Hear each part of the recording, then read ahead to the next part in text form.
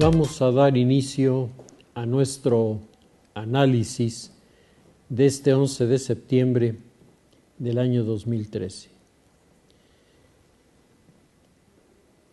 En este día se cumplen 12 años de los atentados a las Torres Gemelas y de la fecha en la que ocurrió este acontecimiento al momento presente. El escenario del Medio Oriente ha venido tensionándose cada vez más y se han venido produciendo toda una serie de manifestaciones de tipo político y religioso en toda la región crítica, que nos hacen ver que el terrorismo, lejos de irse aplacando, va encontrando cada vez más y más estímulos para crecer y convertirse en una verdadera pesadilla para el mundo. El día de ayer salía en los periódicos de todo el mundo la noticia de que el presidente Barack Obama había señalado que después de haber escuchado la opinión de sus colegas en la reunión de los 20, después de haber visto que la convocatoria que hizo el Papa Francisco para una jornada de oración y de ayuno pidiendo que no hubiera guerra, había sido secundada por una cantidad de personas más que representativa, Barack Obama cambió lo que originalmente era su proyecto inmediato, es decir, la utilización de las armas y el desencadenamiento de una guerra de bajo perfil en la región de Siria. Ahora Barack Obama está señalando que va a entrar al tema de Siria a partir de el mundo de la diplomacia y que su propósito número uno es el de conseguir el acuerdo con el jefe de gobierno de Siria para que haya una renuncia del gobernante a su puesto, haya una convocatoria a elecciones y el asunto se resuelva por una vía democrática. De no darse una buena respuesta de parte del régimen de Siria, la respuesta entonces sí sería de carácter militar. El conflicto en Siria es un conflicto muy complicado, muy complejo,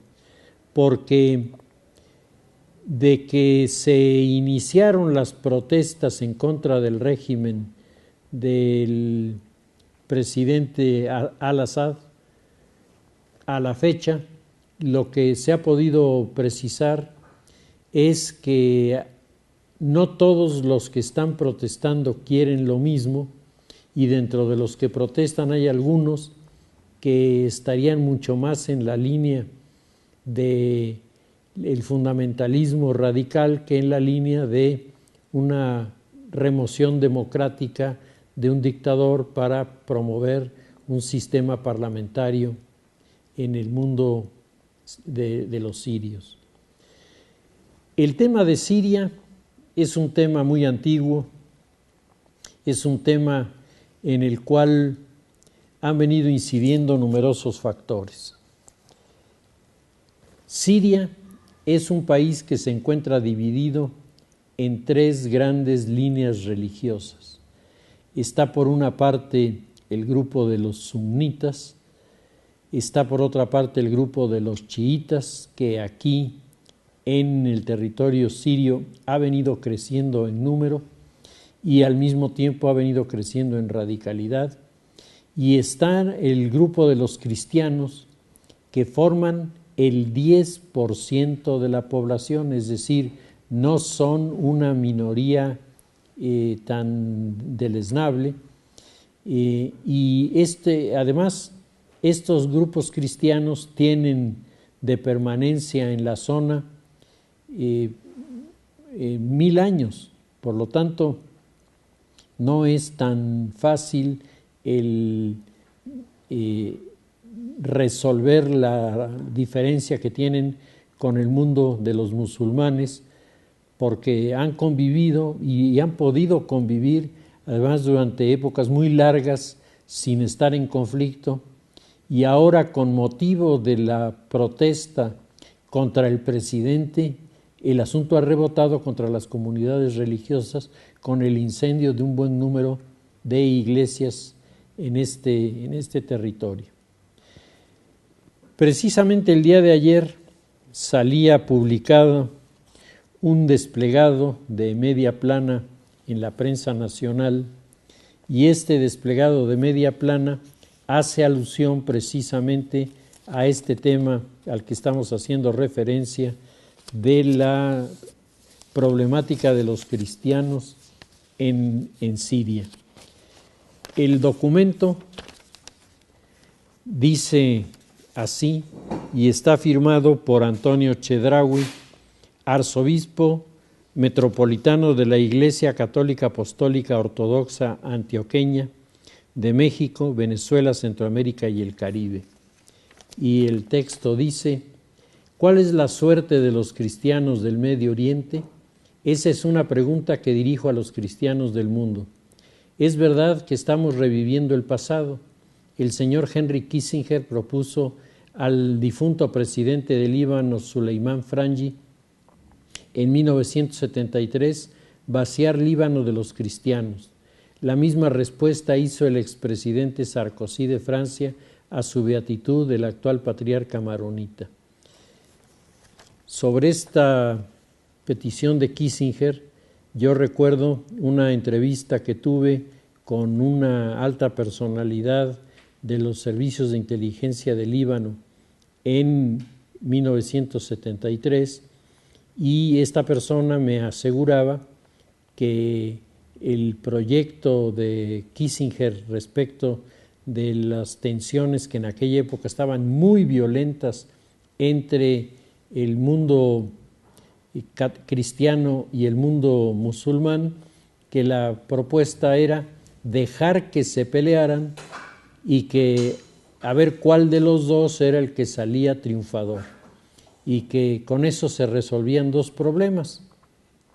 Se eliminaba uno de los polos de tensión, porque el otro lo había eliminado, y automáticamente se bajaban las tensiones en la región porque había desaparecido este motivo. En la práctica el resultado fue malísimo y condujo a la matanza de en unos campos de concentración que todavía a la fecha se sigue trayendo a la memoria por parte de los musulmanes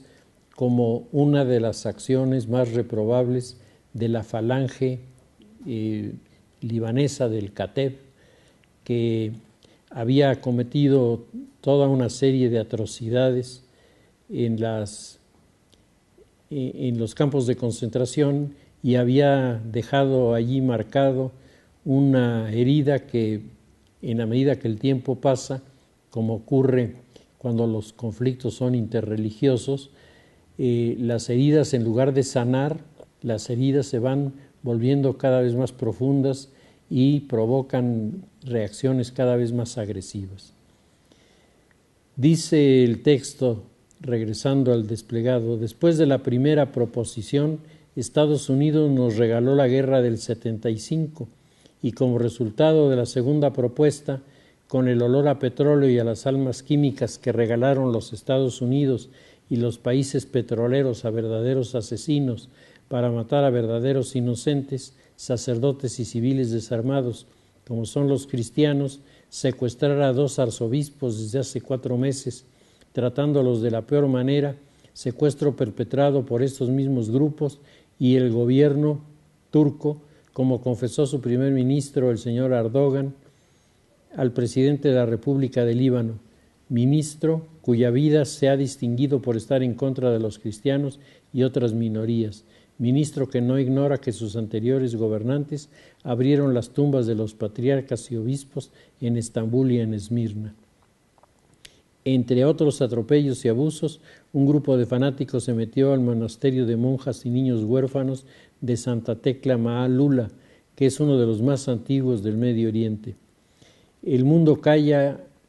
el señor Obama, igual que el señor Hollande, cierran los ojos ante lo que está sucediendo, echándole la culpa a un gobierno legítimo y ni siquiera abren la boca para condenar el incendio y destrucción de las iglesias, el asesinato de los sacerdotes o el llamado de los muftis para acabar con las iglesias antiguas y no permitir que se construyan nuevas. El texto sigue por esta misma línea y termina diciendo: Su Santidad el Papa Francisco con todos los líderes religiosos del mundo y la mayoría de los líderes políticos rezaron por la paz, mientras los señores Obama y Hollande hacían sonar tambores de guerra. Pueden estar seguros que la maldad nunca acabará con el espíritu cristiano de amor y de paz. Pueden estar seguros que la voz de Cristo crucificado seguirá cimbrando los oídos y removiendo los corazones, si es que aún los tienen, de los cultivadores de la maldad. El documento está poniendo de manifiesto uno de los temas que en medio de esta crisis se ha abordado con menos objetividad. El periódico El País había publicado ya el 24 de agosto un artículo muy interesante titulado La ira islamista acorrala a las minorías, y dice: los cristianos se convierten en objetivos de los radicales, y destaca el tema de que ya han sido atacadas e incendiadas 42 iglesias en el territorio de Siria, cuando estas iglesias llevaban muchísimo tiempo sin tener ningún problema, porque había una convivencia tranquila entre los habitantes de la región. Por otro lado, el problema político en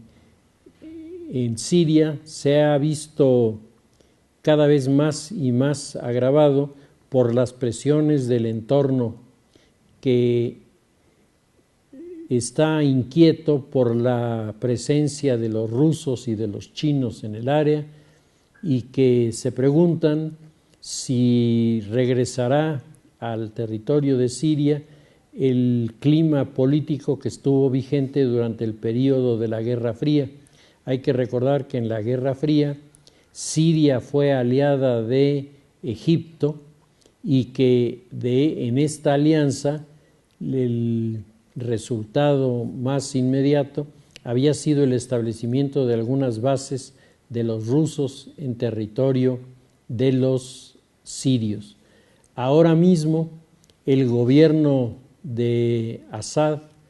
está entregando a Rusia el puerto de Tarsos para que convierta esta localidad en una base de operaciones de los buques de guerra y de los aviones de combate que los rusos han trasladado desde la región del Mar Negro hasta las costas de Siria. El tema de la confrontación con Estados Unidos y con China y Rusia y contra Estados Unidos, pareciera sacado de los momentos más álgidos de la Guerra Fría, en donde rusos y chinos, que difícilmente se podían tratar entre sí en periodos ordinarios, cuando las tensiones los obligaban a jugar juntos, se convertían en aliados implacables contra sus adversarios. Ahora nos encontramos a Rusia jugando el papel de líder principal de apoyo al gobierno de Assad. Y el argumento de el primer ministro Putin es que lo que está ocurriendo en Siria tiene mucho más que ver con la presencia de grupos ultrarradicales en la oposición, que son los que están tratando de sacar ventaja, y que esto está dejando, en el caso de que se caiga el gobierno de Assad, la puerta abierta para Hezbollah y todos los grupos de línea ultrarradical que existen en esta zona, para que ellos se adueñen del poder. La visión del escenario del Medio Oriente es muy poco halagüeña. Yo creo que todos nos damos cuenta de que se ha deteriorado muchísimo la situación del gobernante,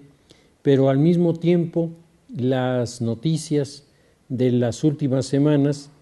van resultando enormemente preocupantes. Ya habíamos comentado cuando tocamos el tema de Egipto en semanas anteriores que el fenómeno más importante de lo que está pasando en Egipto había que establecerlo en la plaza del Tahrir, en donde se reunían las masas populares a pedirle al gobierno de los militares que dejaran el poder después de 30 años casi de manejarlo de manera dictatorial. Y decíamos, los que encabezaron las manifestaciones son los egipcios occidentalizados, los que quieren parlamento, quieren las mujeres al volante, quieren que las mujeres estudien en las universidades, que puedan ejercer como profesionistas. Y en el momento en el que se viene abajo el régimen militar que durante tantos años los había tenido dominados y se convoca elecciones, las elecciones no son ganadas por los occidentalizados, sino son ganadas por los fundamentalistas de la hermandad musulmana, que ya comenzaban a tratar de modificar toda una serie de reglamentos en Egipto para regresar o intentar regresar a principios del siglo XX, cuando la fuerza de los grupos de la ortodoxia fundamentalista tenía un peso enorme en la opinión de la sociedad. Entonces, la respuesta en contra de las manifestaciones de los grupos de la línea integrista musulmana, pues ha sido la aparición de los militares que llegan a reclamar y llegan a decir: nosotros sí estamos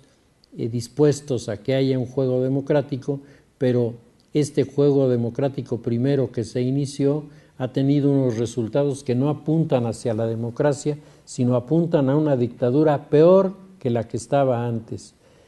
Porque la que estaba antes restringía cierto tipo de libertades, pero manejaba con mucha flexibilidad muchas otras áreas y marcaba lo que pudiera ser identificado como la línea de occidentalización más avanzada que se tenía en toda la región. Ahora, el gobierno electo por los fundamentalistas ha sido descalificado, ha sido detenido el que había sido nombrado primer ministro, se ha dado la instrucción de disolver el partido de la Hermandad Musulmana y hay una pugna terrible en Egipto entre los que quieren un modelo de existencia más próximo al mundo europeo y los que están diciendo que ha llegado el momento de echar el barco para atrás y regresar otra vez a los dominios de los fundamentalistas. Este fenómeno es enormemente parecido a lo que está ocurriendo en Siria. En Siria, el gobierno de al-Assad que durante un buen número de años fue el gobierno de los jóvenes.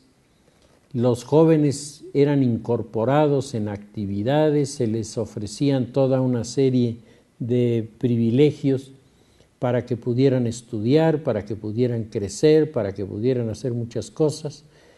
con la feroz oposición siempre de los grupos fundamentalistas que protestaban contra todas y cada una de las medidas del gobierno sirio de querer adecuar a su país a los desafíos del proceso de la globalización. Entonces, esta circunstancia de una sociedad muy claramente dividida entre los que quieren avanzar hacia el futuro y una mayoría que lo que quiere es regresar al pasado, es, digamos, el signo que une a lo que está pasando en Túnez, a lo que está pasando en Libia, a lo que está pasando en Egipto y a lo que está pasando en Siria. Nos encontramos con escenarios que son enormemente parecidos, precisamente porque la tensión es entre si ser los últimos de ayer o los primeros de mañana. Y entre el fundamentalismo, la mayoría quiere ser de los últimos de ayer. La mayoría están totalmente convencidos de que este escenario es lo mejor que puede ocurrir. Se han estado elaborando algunos análisis,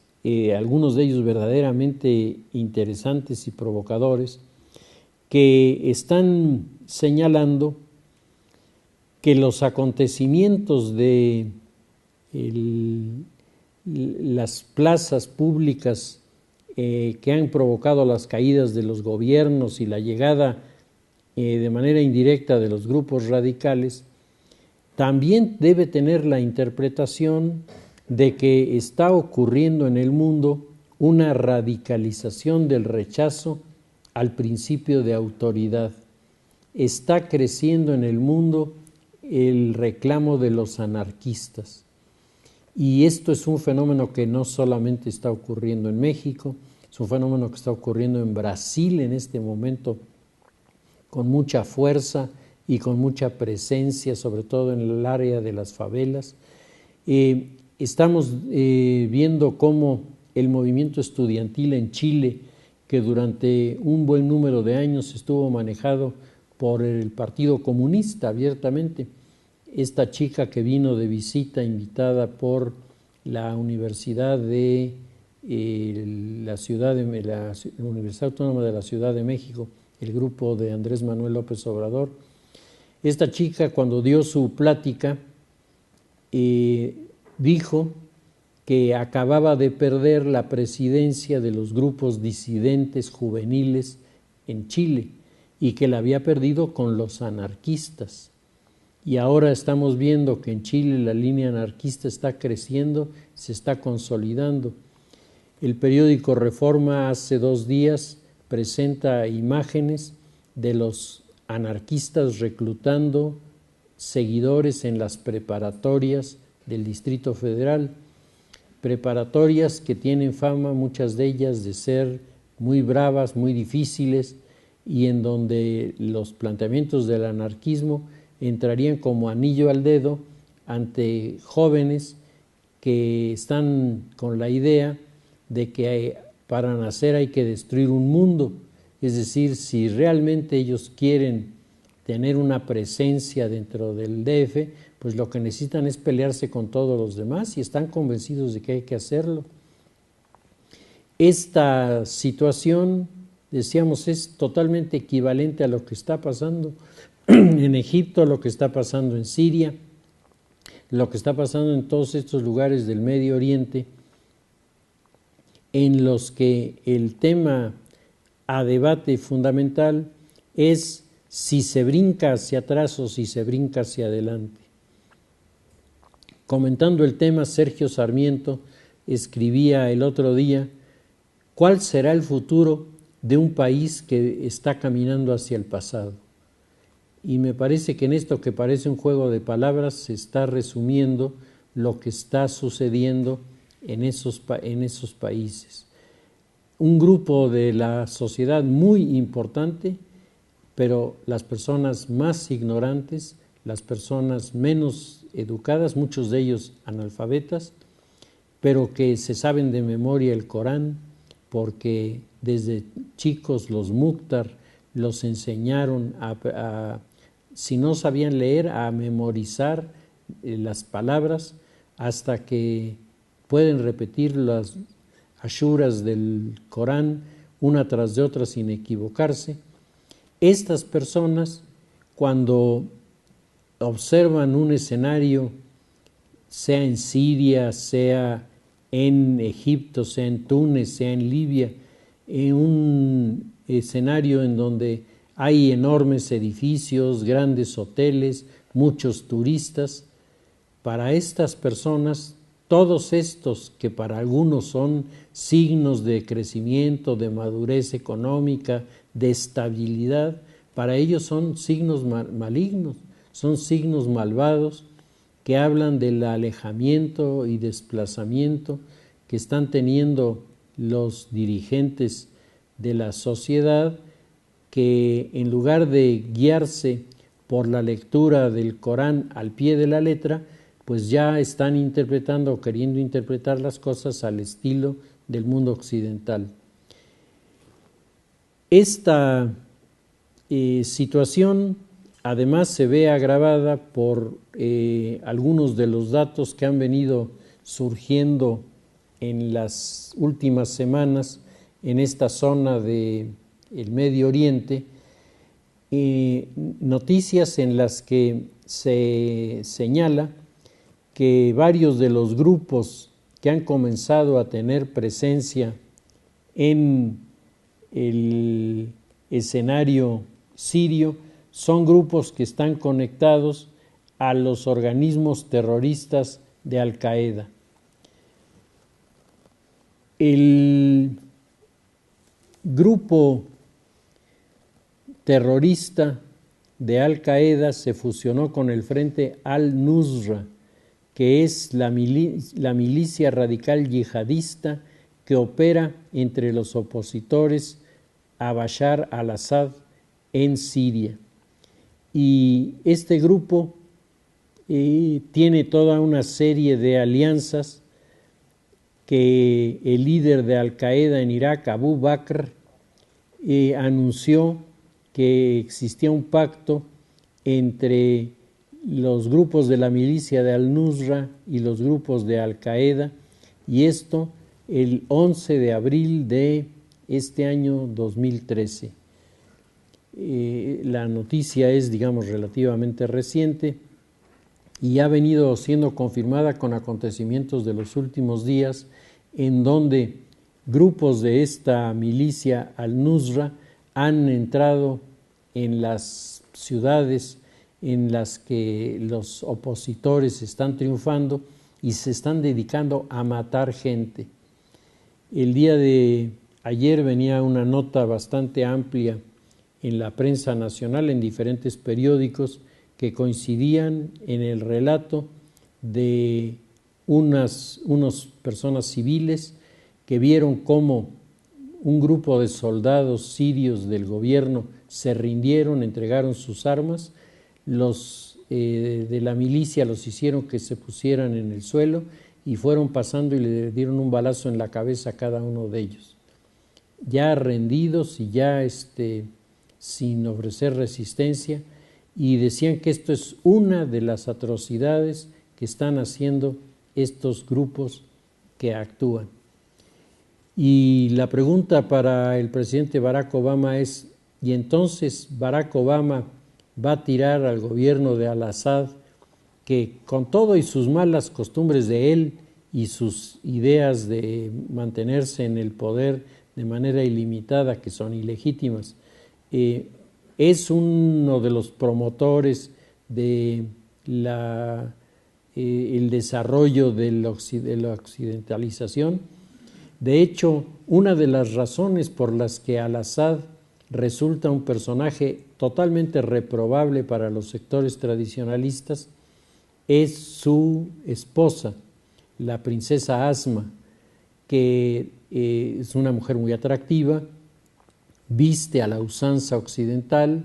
no usa el chador, se maquilla, se pinta los labios, se arregla los ojos, y claro, resulta una mujer de belleza impactante. Y esto que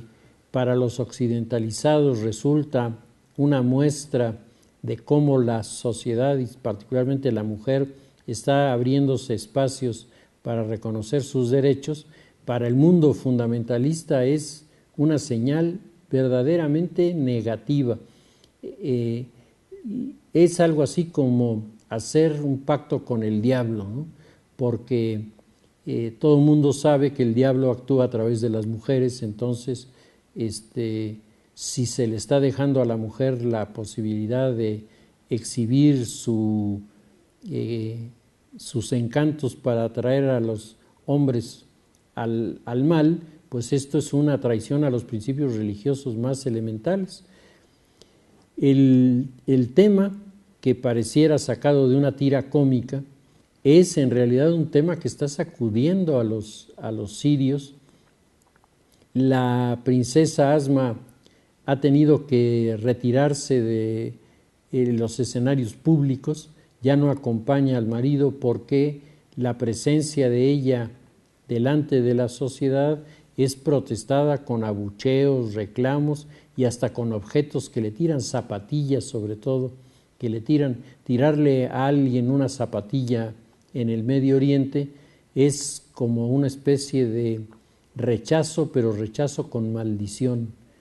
Entonces llueven las zapatillas contra la esposa, mientras Al-Assad está manejando una línea de represalia muy violenta en contra de los integrantes de la sociedad siria, y al mismo tiempo que vienen las represalias de Al-Assad, la reacción de los musulmanes fundamentalistas no es contra las tropas de Al-Assad, sino se van contra las iglesias y las comunidades cristianas, porque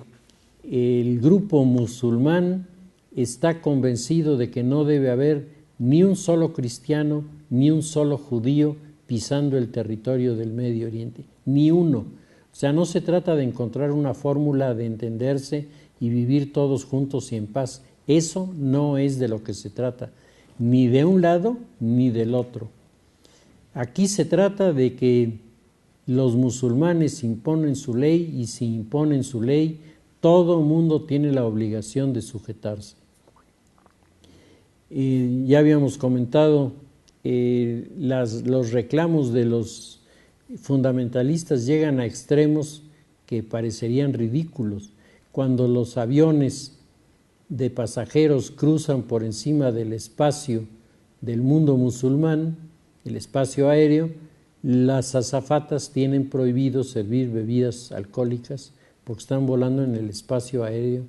de los musulmanes. Uno se pregunta, bueno, si alguien se toma una copita de coñac o de whisky,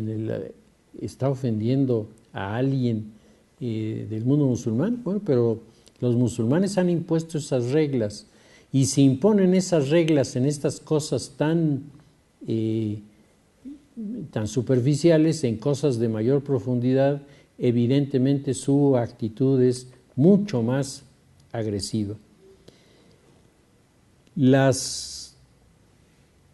acciones de los rebeldes en contra de Al-Assad le han arrebatado al gobernante una parte del territorio nacional que ya gobiernan los rebeldes, y la otra parte del territorio se encuentra en una enorme tensión porque ahí hay un sector importante de cristianos, ahí hay un sector importante de personalidades del mundo de los negocios.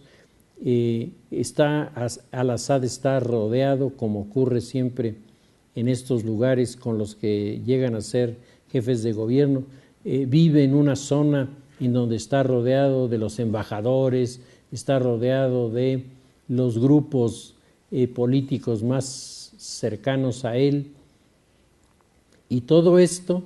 es reprobado por los grupos fundamentalistas que han comenzado a tomar la calle y han comenzado a reclamar que el asunto se resuelva totalmente a favor de la rebelión y se deje a los rebeldes como dueños del poder. El presidente Barack Obama, al principio, seguramente sin muchos de estos datos en sus manos, hizo algunas declaraciones que sonaron hasta imprudentes, en el sentido de que sería una operación de 3 semanas y en esas 3 semanas se lograrían 3 efectos. En primer lugar, se desarmaría a los grupos tanto del gobierno como de los rebeldes y se convocaría una mesa de negociación en donde todos podrían discutir y la idea sería que basados en el principio de la actual negociación de ganar-ganar, todos salieran finalmente contentos con lo que iba a pasar allí. En segundo lugar, los negociadores establecerían toda una serie de mecanismos para convocar a un proceso electoral democrático y constituir en este proceso electoral democrático 2 cosas. Por un lado, la aparición de un primer ministro que emanaría de esa institución y en segundo lugar, darle forma a los órganos de representación para que la sociedad se sintiera en lo plural plenamente identificada y respaldaran el modelo. Y en tercer lugar, el establecimiento de un acuerdo entre los cristianos, los musulmanes, para evitar seguir las persecuciones. Esto, escrito en el papel, suena bien. El problema es cómo le van a hacer para convencer a los seguidores de la línea fundamentalista de que en lugar de aplicar los principios del Corán al pie de la letra y romperle la crisma al vecino, se trata de sentarse en una mesa de negociaciones, dejar que el vecino se lleve algunos éxitos y ellos llevarse otros. ¿Cómo le hace uno para lograr esta situación? El ejemplo de Irak es inevitable. ¿Qué cosa ha pasado en Irak? En Irak lo que está pasando es que todo el proyecto democrático diseñado por el presidente Bush está resultando un fracaso porque los iraquíes no son partidarios de la representatividad y además a ellos les resulta inaceptable que un parlamento discuta sobre temas religiosos. Y cuando uno les pregunta ¿y cuáles son los temas religiosos? La respuesta es todos. Entonces yo soy el dueño del balón, de la cancha y de las porterías y además yo soy el único que tiene derecho a patear la pelota. Este es el gran problema del mundo islámico cuando se plantea la alternativa de la democracia, el que no existe una cultura ni una mentalidad propicia para la formación de un sistema democrático. Se habla de que el ejemplo de Turquía puede ser una alternativa interesante. Sin embargo, Turquía, a los ojos de los habitantes de Siria, es un país poblado casi por herejes, dado que el gobierno en Turquía, yo creo que desde 1920 a la fecha, ha venido abriendo cada vez más y más los espacios y las ciudades de Turquía hoy tienen más similitud con las ciudades del mundo occidental que con las ciudades del mundo panarabista, en donde todavía siguen las limitaciones, sobre todo en la vestimenta de la mujer y en los derechos de la mujer para poder hacer otra cosa que estar encerrada en su casa. Esta actitud de los turcos, impulsada por la figura de Mustafa Kemal Atatürk, allí al final de la Primera Guerra Mundial, ha sido sin duda uno de los temas más debatidos en el mundo islámico, porque los islamistas piensan que todo lo que se ha hecho de entonces a la fecha es traicionar los principios del Corán. Para los seguidores del fundamentalismo,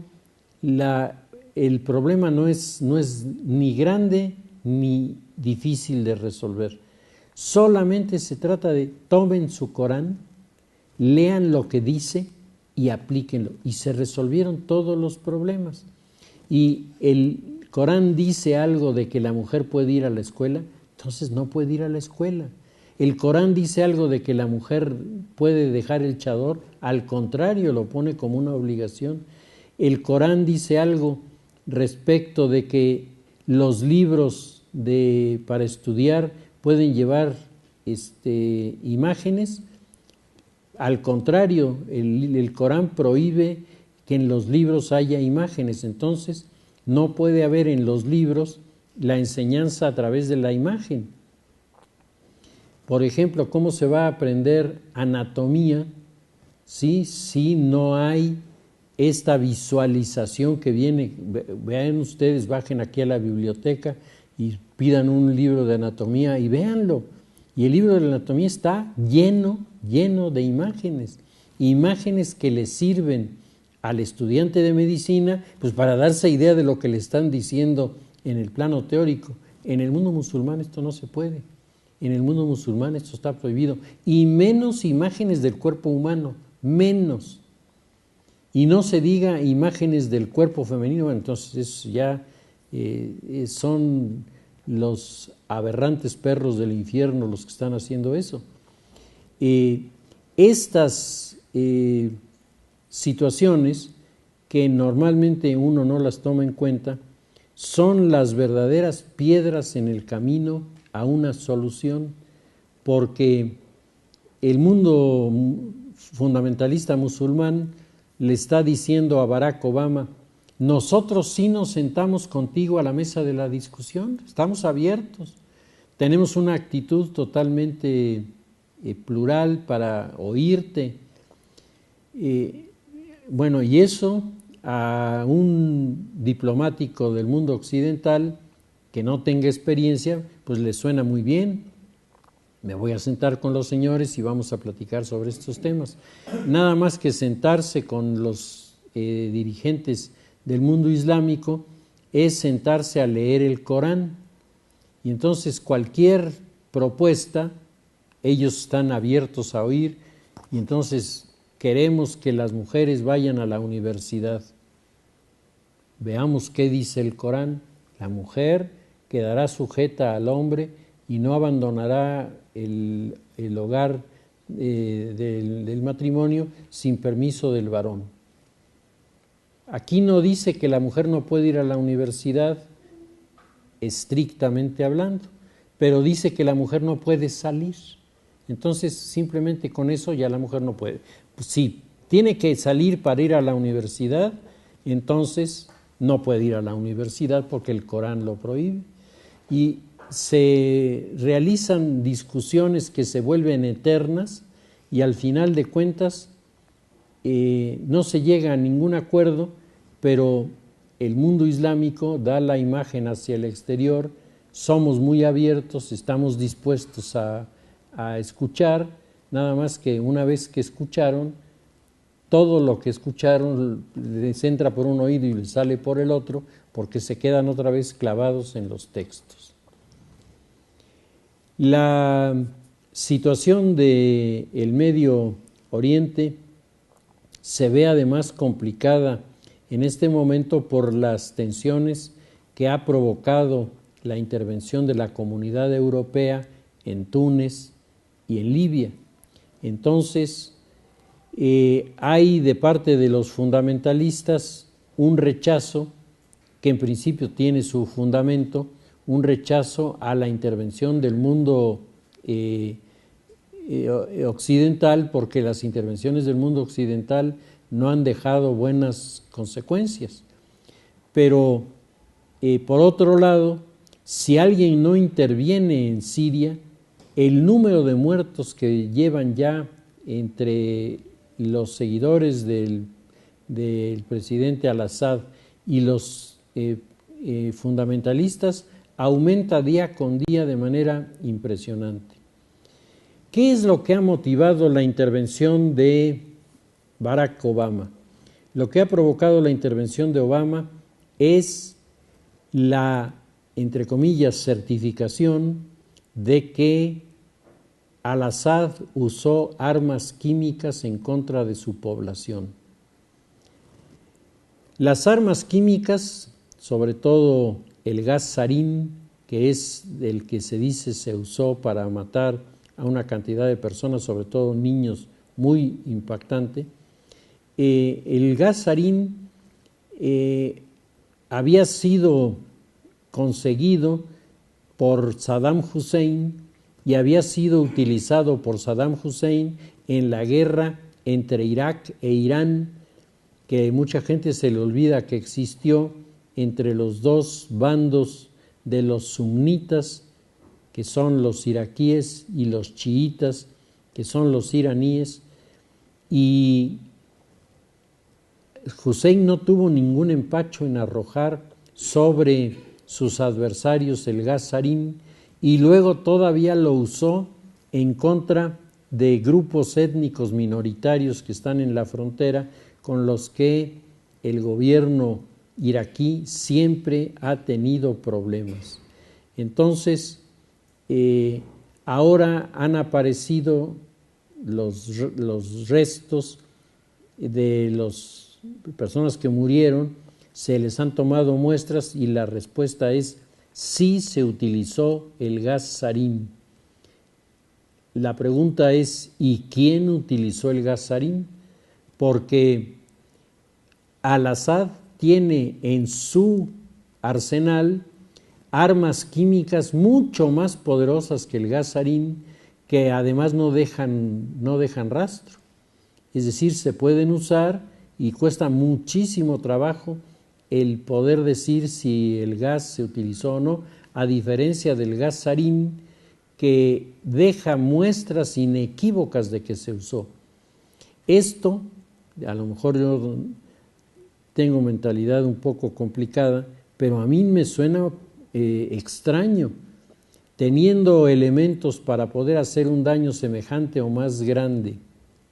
y sin dejar pruebas. ¿Por qué voy a utilizar algo que yo sé de antemano que me van a poder fiscalizar y me van a poder cuestionar? ¿Esto significa que al-Assad no pudo usarlo? No, yo creo que al-Assad desgraciadamente es un hombre que en medio de esta situación desesperada en la que se encuentra es capaz de hacer muchas barbaridades,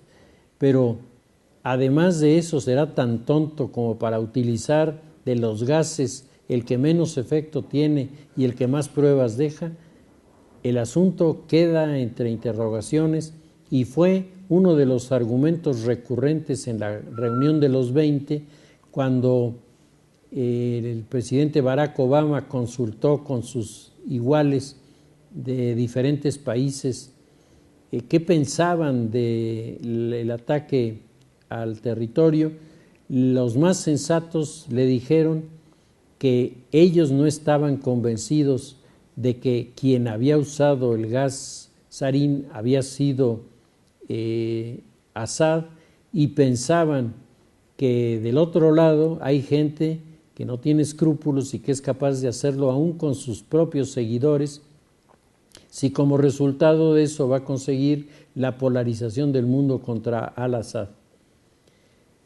Por donde se le vea, esto es un puercoespín al que quien quiera acercarle la mano va a salir mal parado. Y nadie le ha querido entrar. Los franceses se han hecho de lado, que serían los más indicados, porque Siria fue provincia del Imperio francés, ellos serían los más indicados a trabajar. Pues Hollande se ha puesto un poco de perfil, se han puesto de perfil muchos, los ingleses dijeron que no van en la jugada, y Obama, a veces con una actitud que a mí me resulta difícil de entender, pareciera muy entusiasta en la idea de vámonos a una guerrita de 3 semanas y resolvemos el problema. Yo estoy convencido de que si Estados Unidos interviene, las consecuencias van a ser totalmente negativas y el proyecto de establecer un modelo democrático en Siria, yo lo veo inviable, como es inviable en otros territorios islámicos que son aliados de Estados Unidos, como Arabia Saudita, como los países de la tregua, que son las islas del Golfo Pérsico. Todos estos lugares tienen modelos de gobierno autoritarios, no conocen los parlamentos, siguen teniendo disposiciones sobre la no participación de la mujer sumamente rígidos, pero son aliados de los Estados Unidos, y aliados de los Estados Unidos no se han vuelto democráticos. La democracia, decía Samuel Huntington, es una asignatura que difícilmente podrán acreditar los seguidores del fundamentalismo musulmán, precisamente por sus características. Pues vamos a ver cómo funciona el mecanismo de la diplomacia, que además va a ser muy rápido, y veremos si de aquí a 8 días hay algún cambio definitivo en esto. Entre otras cosas, varios analistas europeos están señalando que las manifestaciones de México comienzan a tener un perfil parecido al de las manifestaciones en la Plaza del Tahrir en Egipto, y que esto es un fenómeno que juzgan muy interesante y muy inquietante, porque en una de esas tiene repercusiones políticas de mucho mayor envergadura de la que estamos pensando en nuestro país. Pues si les parece, dejamos nuestro tema hasta aquí y seguiremos con el mismo la semana próxima.